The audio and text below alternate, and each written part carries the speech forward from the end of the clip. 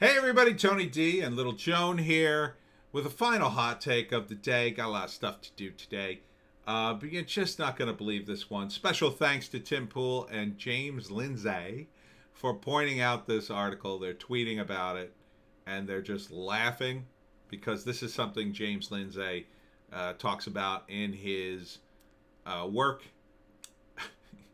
And it's insane. It's absolutely insane.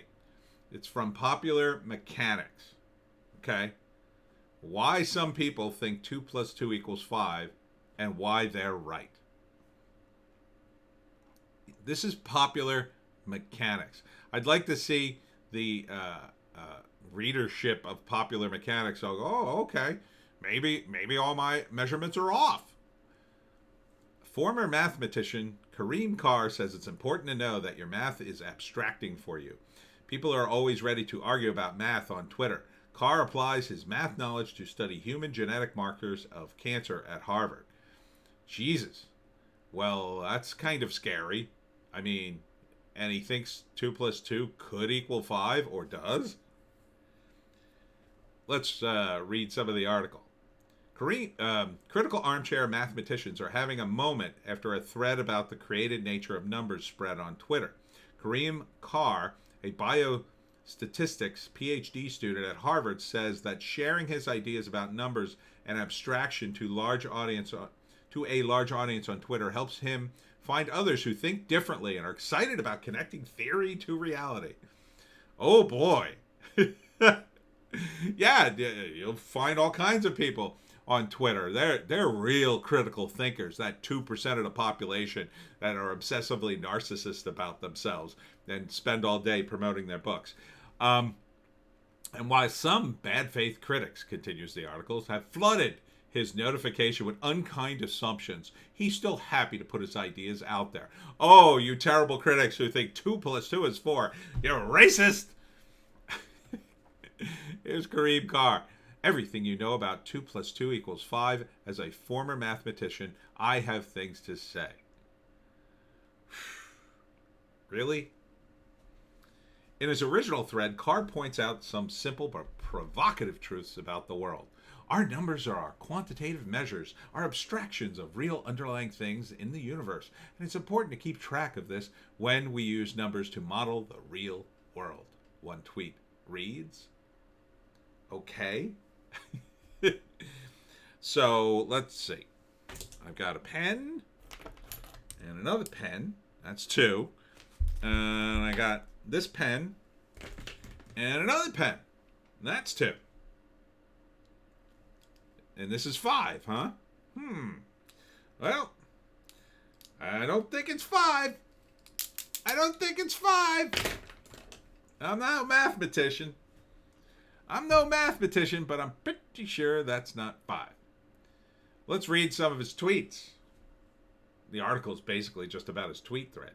Statements like 2 plus 2 equal 4 are abstractions. What that means is they're generalizations of something. You should always think of these statements as associated with the underlying reality. As a data analysis, I love numbers, but it's my job to connect them to reality. Well, still seeing 2 and 2. Literal-minded people might sometimes say things like, I put a rooster and a hen together and I came back a year later and there were 3 of them. 1 plus 1 equals 3? Or they might say, I left a fox and a hen together and I came back and there was only 1. 1 plus 1 equals 1. Nope. Still 4. People like this sound stupid. Because they are. But they are making a tremendously deep point. Our numbers, our quantitative measures, are abstractions of real underlying things in the universe, and it's important to keep track of them when we use numbers to model the real world. This is the dumbest thing I've ever read. He's actually arguing 2 plus 2 equals 5. It's insane. It's absolutely insane. And you call yourself a mathematician. And the article says, Carr hasn't said anything really controversial here, unless just saying mathematically nuanced things is inherently controversial on Twitter.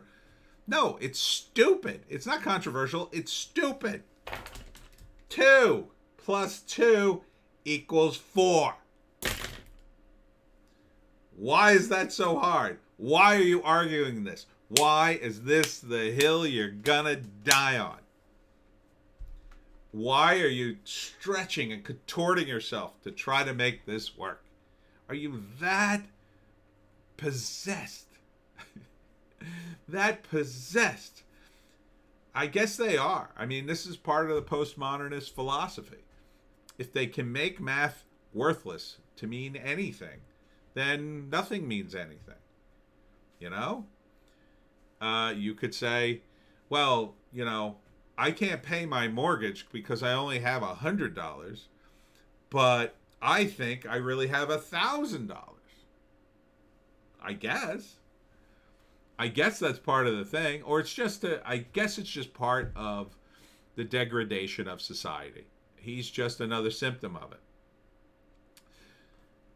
He says in his tweet, so when somebody tells me 2 plus 2 equals 5, I will always ask them for more details rather than just dismissing them as an idiot, because maybe they're talking about chickens and it turns out that's how chickens work. No, that's not how chickens work. See, if you have 2 chickens and another 2 chickens and they make more chickens, you have to count again.